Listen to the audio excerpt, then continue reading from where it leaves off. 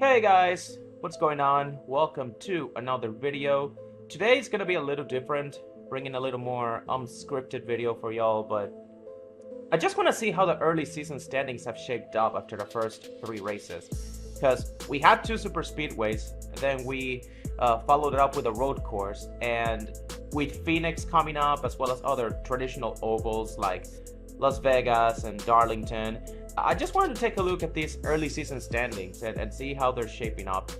Of course, this is something that was very fun to look at back in the day when points actually matter. Obviously, with win and urine and playoffs, people stop paying attention, myself included. But now that we got the chase back and it's the top 16 drivers in points now, this is worth something worth keeping track of right now. So as always, I'll take a look at the standings. I'm gonna do this for all three National Series, Cup, O'Reilly, and Truck Series. And then I'll give my thoughts on who's too high and who's too low and who do I think will stay where they currently are. So let's get to it.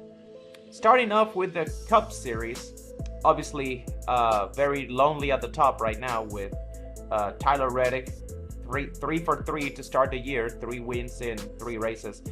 First ever in NASCAR history to do it, and of course it's with Michael Jordan, a guy who knows a thing or two about three-peats. The funny thing about that is, when I was talking about Reddick in my preseason, if you remember, I had him number 8 on my top 10 drivers list. I believe I had him having a bounce-back season and winning 3 races. I might have said 2, but I eventually settled on 3. Because I was confident he was going to have a multi-win season. But now that he has already achieved that mark, I guess it's all about keeping the hot streak going. Next couple races are Phoenix, a track where he hasn't won, but he has earned some decent results, so I could see him getting a top 10. Las Vegas, he was in contention to win the spring racing in 2024. I remember he and Larson were neck and neck that race, and he finished second. So I guess you can write him up for a top 10, maybe a top 5 day there. And then there's Darlington. And with the way things are going, again, I don't want to jinx it, but if Reddick keeps that momentum going, he just might get win number 4 at Darlington, if he doesn't do it at Phoenix or Vegas.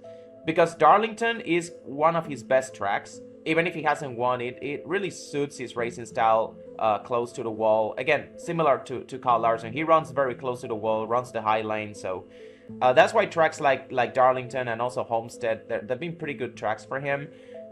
So it's very possible he ends up building a 100-point lead by then. Obviously, after that, we're going to be running some short tracks like Martinsville and Bristol. So they're not his strong suit. Short tracks have obviously been his weakness. But after that, we go to Kansas, which is a track where he's previously won, but he just hasn't been able to get results since then.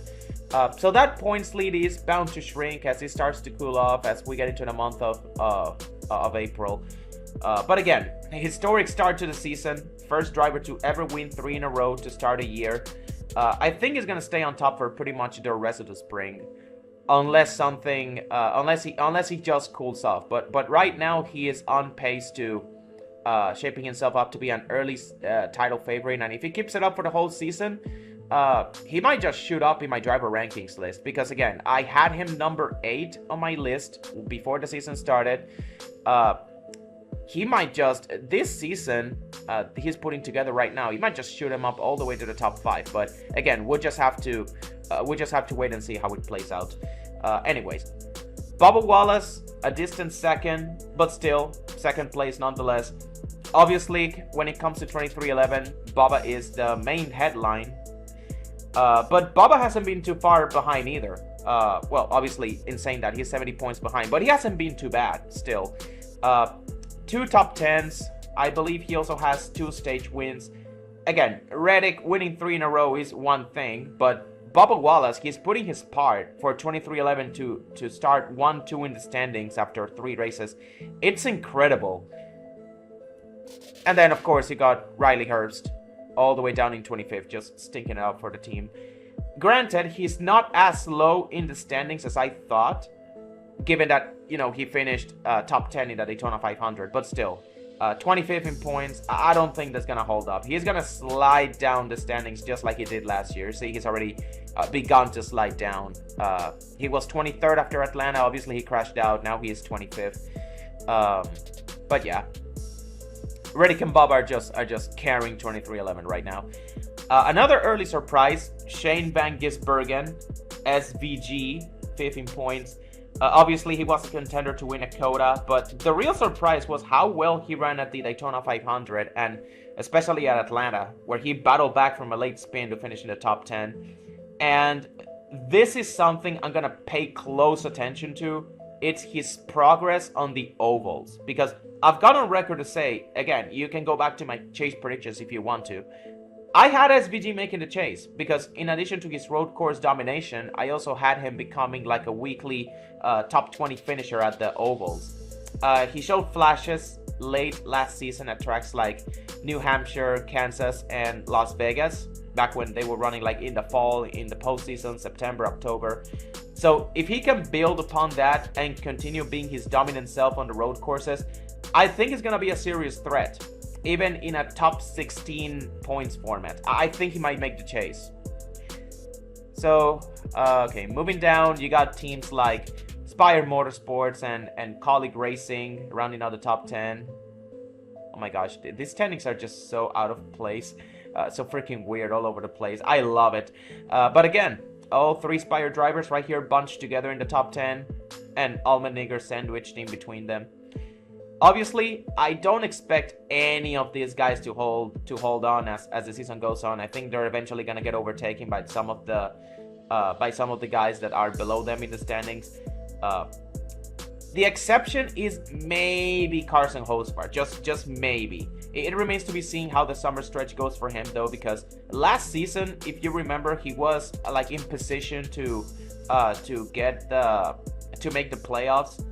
But then the sophomore slump hit him, and his season just fell apart, and he just wasn't what he was in the first half. But that being said, if you can see here, drivers like the RFK trio, Buescher, Keselowski, Ryan Preece, Kyle Larson, William Byron.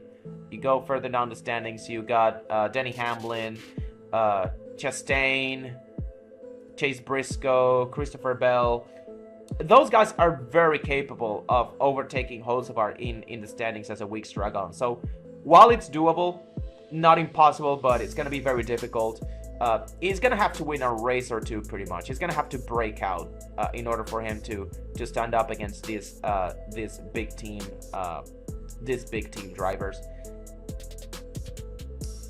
So yeah, Ty Dillon, surprising him in the top 20.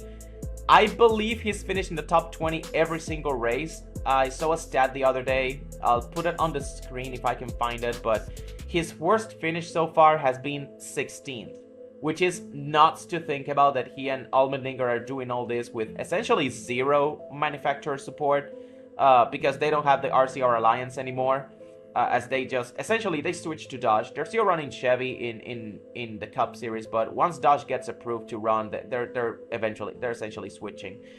It is impressive, but by the midway point of the season, they'll both be out of the top 25. Ty Dillon especially, I think it's gonna be 30th or worse. Joe Gibbs Racing, hard to believe, but they don't have any of their guys in the top 16 right now.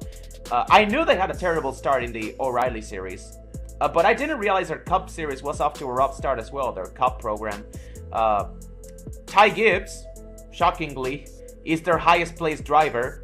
I say shocking because after the Atlanta race where he wrecked out, I believe he was sub 30th. Yeah, you can see it here. He was 13 points after the Atlanta race.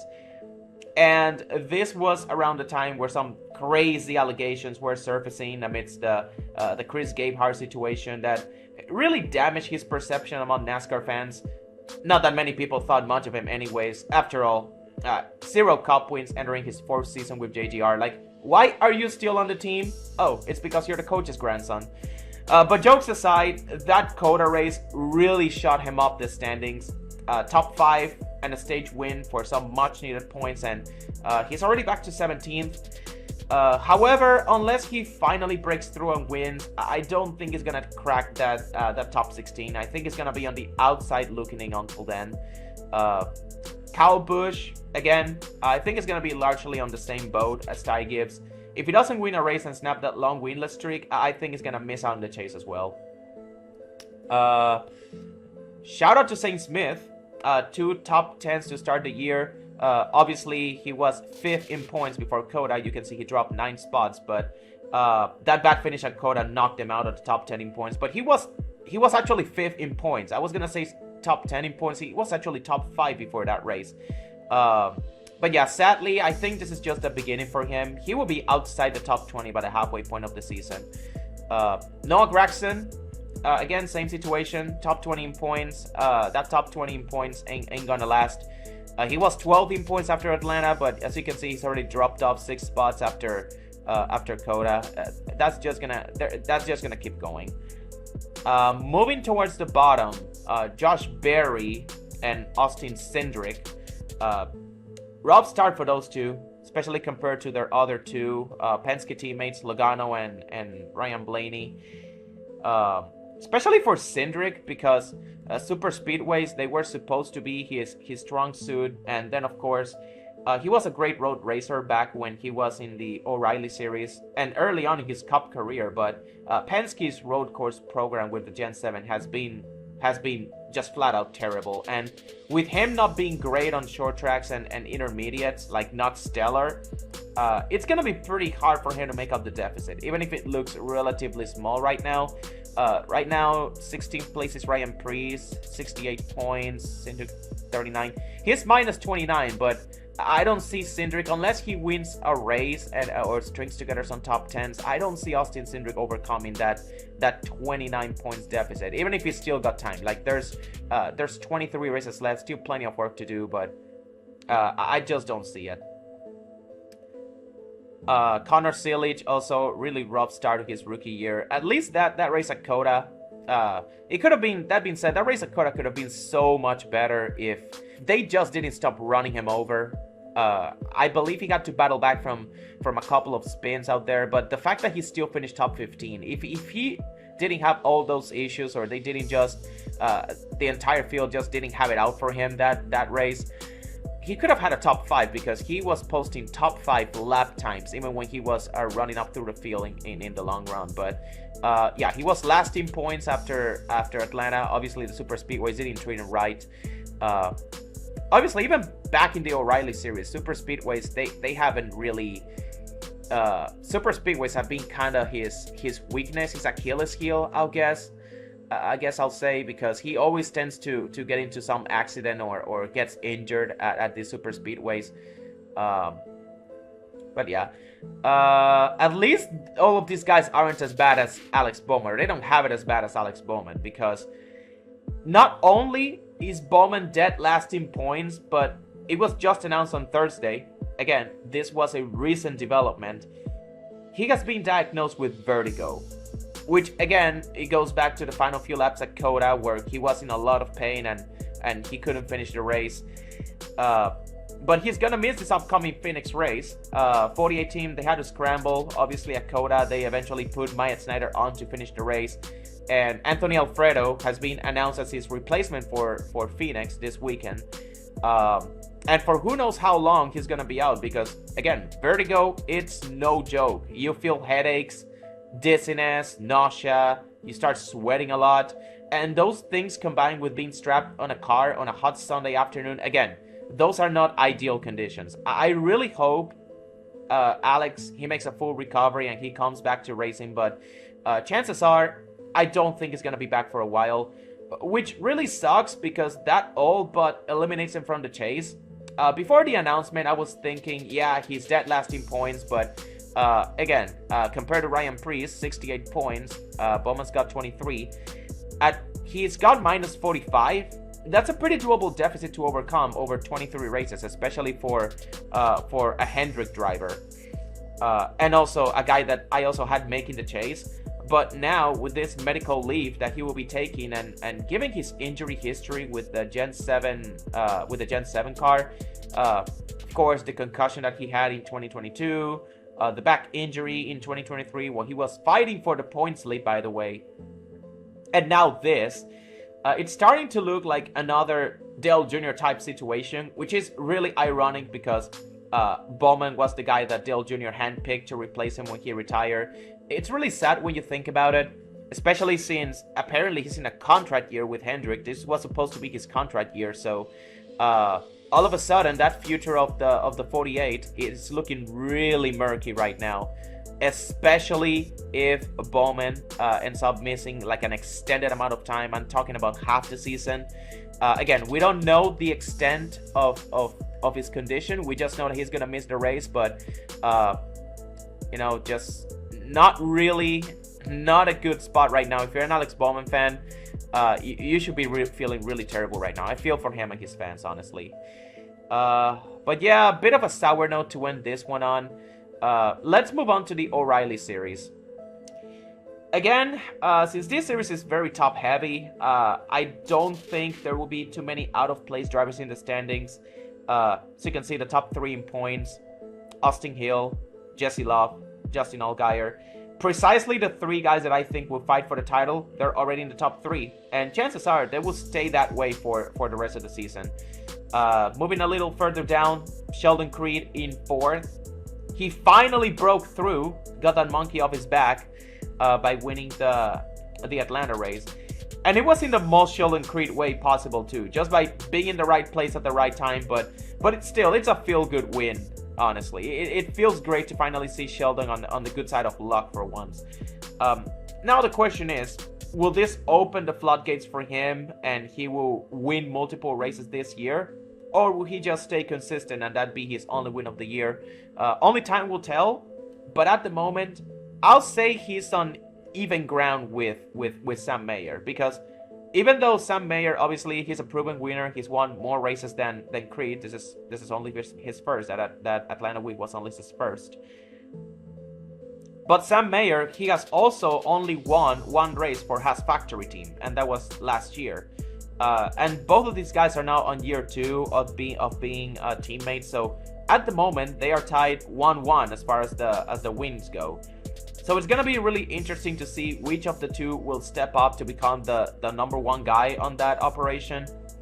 For now, obviously, I'm giving the slight edge to Sam Mayer, but the momentum is on Creed's side right now. I wouldn't be surprised if this becomes like a multi-win season for Sheldon Creed. Speaking of that Atlanta race, a guy who really stole the spotlight was Rajah Caruth.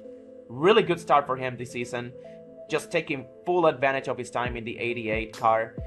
2 top 10s, 1 stage win, and as you can see, after the Atlanta race, he was 2nd in points. Of course, COTA happened. He finished, I believe he finished 31st after being involved in a late crash, which dropped him to 6th in the standings. But still, he ran top 15 for pretty much all day until then. That 31st at COTA is not indicative of where he ran. Had he finished where he ran, he probably, that's like 15 points he would have gained. He probably would have been around 4th or 5th in points, give or take. But still, really surprising, especially since I didn't have Rajah making the chase. And the main reason why was because, not only because I thought he was rushed, you know, he only had 2 Truck Series wins to his name, but mostly because those 10 races with the Jordan Anderson 32, I thought he just wouldn't be able to do. I thought that those 10 races with the 32 would be too much to overcome, and he obviously wouldn't be able to get the same results compared to him driving for Junior Motorsports. However, if he makes the most of his time with the 88 and he maximizes those results while also bringing that 32 back in one piece on the lead lap and avoiding the DNFs, then he just might make the chase after all, especially if he wins a race. Because if the way he ran on the 88 was any indication, I don't think this is the last time we will see him compete for wins. That racecraft that he has, his car control, I didn't even know he could save a car like that. Like, he had 3 different saves at that Atlanta race. I still cannot believe what I was watching. But yeah, I'm not gonna lie, I was skeptical at first that he would be racing full-time in O'Reilly on 2 different cars. I really doubted he was gonna be able to get the results. because again, Truck Series, only 2 wins at that series. But now I think he just might get it done. It's gonna take a couple things to go his way, but with his progression behind the wheel, I think he's gonna prove that he belongs, and he's gonna make Rick Hendrick regret choosing Corey Day over him, because unlike Raja, Corey Day has been all over the place. While the 88 is making headlines for all the good reasons, I'm talking about the driver of the 88, Raja. Corey Day in the 17 is the complete opposite. He's just racking up incidents, pissing people off in the process, and to make things worse, almost all of the guys he has gotten into incidents with, they are running on Hendrick power engines. Ryan Sieg and Kyle Sieg, the RSS Racing, they just switched over to Chevrolet with Hendrick engines. Justin Allgaier, Carson Kvapil, he also took them out late in that Atlanta race. And now most recently, Connor Silich at Coda. It got so bad that both Dale Jr. and Rick, they had to sit him down and talk to him. Only 3 races into the season, and the boss man already gave him the talk. That's how serious it was. Yeah, results-wise, he has been pretty solid so far. But he's quickly losing favor in the garage. Especially with the way he handled the Silich situation. Again, personally, I didn't think much of it. I said, you know, because at the end of the interview, he said that he was gonna text him and apologize to him. So he was gonna deal with that matter privately. You know, but still, the fact that he's already losing favor within the fan base, and he's already losing the benefit of the doubt, it's becoming pretty clear to me now that he was rushed. He should have been in the Truck Series for Spire instead of Raja, and Rick Hendrick should have prioritized Raja more in this series by backing him on the 88 full time. And Corey Day again, he should have been running for Spire full time. I still don't know why Spire is running 2 full-time trucks with no full-time driver. Corey Day would have just fit right in. Okay. So, other minor surprises going down the standings. Top 10 is full of Chevys, by the way. That's crazy. But yeah, Brandon Jones in 11th. The highest non-Chevy. And again, Joe Gibbs Racing, like I said, they didn't have a very good start in the Cup Series, but their O'Reilly Series program got off to an even worse start. Because they had an abysmal first 2 races. Multiple guys DNFing, crashing out. Obviously, Coda was a bit of a lifesaver for them, because you see, Brandon Jones was 16th before Coda picked up 5 spots. Now he's 11th. So Wallich was 21st. Taylor Gray was the one that actually dropped off. He was 11th. He was actually holding his own, but still, they were much lower in the standings before that as a whole. And Toyota as a whole has been pretty bad to start the season. Yeah, Dean Thompson, he's buried in the points, and holy shit, Harrison Burton, oh my goodness. I didn't realize how deep of a hole he was, but yeah, those guys, yeah, Sam Hunt Racing ain't doing too hot either. But Harrison in particular, goddamn, he's lower than Jordan Anderson, part-time driver, Brent Cruz, 17-year-old who just made his debut at Coda, Luke Fanghaus, who is another part-time driver, Garrett Smithley, another part-timer, Jeremy Clements, he's also had an abysmal start to the season, by the way, Carson Ware, another part-time driver. He's just like right up there with the part-timers. And then of course Josh Williams, who just failed to qualify at Coda. But yeah, at this point, with how top-heavy the O'Reilly Series chase is, and with Raja being better than I expected, Raja, I didn't have him making the chase, but if he's gonna be this good, he might actually bump one of the 12 drivers that I originally predicted.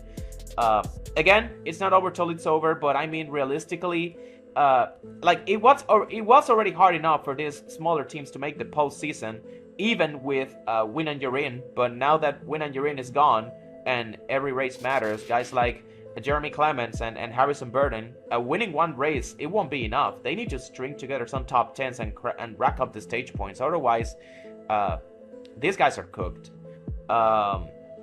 Anyways, 2 more early surprises in the top 12. Parker Retzlaff, You see, he was 5th in points before the Coda race, dropped to 9th, but still top 10 in points. And also Brendan Poole, right here, 12. Shout out to Brendan Poole, by the way, scored a top 10 at Coda. Sadly though, I don't think he's gonna hold up for much longer. You see, he's already in the Toyota sandwich right there with JGR. Sooner rather than later, those guys, Taylor Grace, Walich, Brendan Jones, they're gonna start building a gap over him, and they're gonna do the same to Parker Retzlaff next. So good to see them this high for the time being, those two guys. But like I said before, it's really hard for these smaller teams to crack the top 12 in points. Speaking of small teams, moving a bit further down, Patrick Staropoli, 15th in points. He was actually 13th before Coda, dropped 2 spots, but he's still 15th in points, which is really surprising, considering that I had no expectations whatsoever for that 48 team. He's actually higher in points than Nick Sanchez, aka the only Ford driver on the field, other than Luke Fenghaus, but again, he's a part-time driver. So as far as full-time drivers go, he is the only full-time Ford driver. But that being said, again, I don't think it's gonna last. Again, no super speedways, no more road courses for about 2 months. And that's where I think Sanchez will start outpacing, if not running circles around Staropoli. Again, no offense to Patrick, but he's just not ready for this level of full-time competition. If he manages to stay in the top 20 in points by the summer stretch, I'm gonna be surprised. But yeah, that's about it for the O'Reilly series. Let's check the truck series and see what's up. Oh wow, this is just night and day compared to O'Reilly. Check this out for a moment. Check this out. We go from just one Ford driver in the O'Reilly series, who I don't think is even gonna make the chase. We go from that to 4 Fords in the top 5. Chandler Smith, Ben Rhodes, Ty Majeski, 1, 2, 3. And then there's Lane Riggs in 5th. And I believe, yeah, Lane Riggs, he was 23rd in points. He was 23rd in points. He got a pretty bad first 2 races at Daytona and Atlanta, but then he dominated St. Petersburg, won a stage in the process, and also won the race. So huge points day for him. He jumped from 23rd all the way up to 5th in the standings. So and that just goes to show just how impactful winning a race is under this format, because that's winning a race now. It's 15 points over second place, before adding the stage points on top of that. So I'm pretty sure, I haven't done the math or I haven't checked Racing Reference, but I'm pretty sure Lane Riggs got close to 70 points for that race alone. That's just insane. Again, he was my pick to win the title, so you know how happy I am that he finally shook off that early season slump. It's just upwards from there. He's trending upwards now. Anyways, Tricon guys round out the top 5. Well, actually, Gio Ruggiero rounds out the top 5. Honeycutt is 6. Obviously, Gio, main reason he's in the top 5. You see, he was 2nd in points after Atlanta, dropped to 4th at St. Petersburg. But main reason he is this high in points is because of his results at the super speedways. But then again, the gap between those two is not by much. I still think Caden, by the end of the regular season, I think he's gonna be the highest placed Toyota overall. Stuart Friesen's right there in 7th, and oh my gosh, where are all the Chevy drivers? Yeah, I told you, this is night and day compared to O'Reilly, because in O'Reilly, if you see here, it's all Chevys are in the top 10. All Chevy drivers are top 10, but in the truck series, there's only 2 of them. And the highest placed driver is Andres Perez for Nice Motorsports. And they're all like buried in the back half of the top 10 too. Christian Eckes right there in 9th. But then after that, you see Tyler Ankrum. He is in 12th. Chris Wright in 16th, which is actually pretty insane, and it just shows how bad Chevy has been when Chris Wright has been far from your worst driver. Daniel Hemrick in 19th, and as you can see, he was much lower in the standings. He got that top 10 at St. Petersburg though. You see, he finished in the top 10, but But let's just hope that cold spell is behind him, because ever since October of last year, Daniel Hemrick, he just could not finish a race to save his life. He just could not. So 2019 points, DNF in both Daytona and Atlanta, but the top 10 at St. Petersburg. He might just be trending upwards now. And oh my gosh, and Grant Enfinger 23rd. If I recall correctly, he was in position to also get a top 10 at St. Petersburg until he made that green flag pit stop on the final stretch, and he finished, I believe he finished outside the top 20, if I remember that race.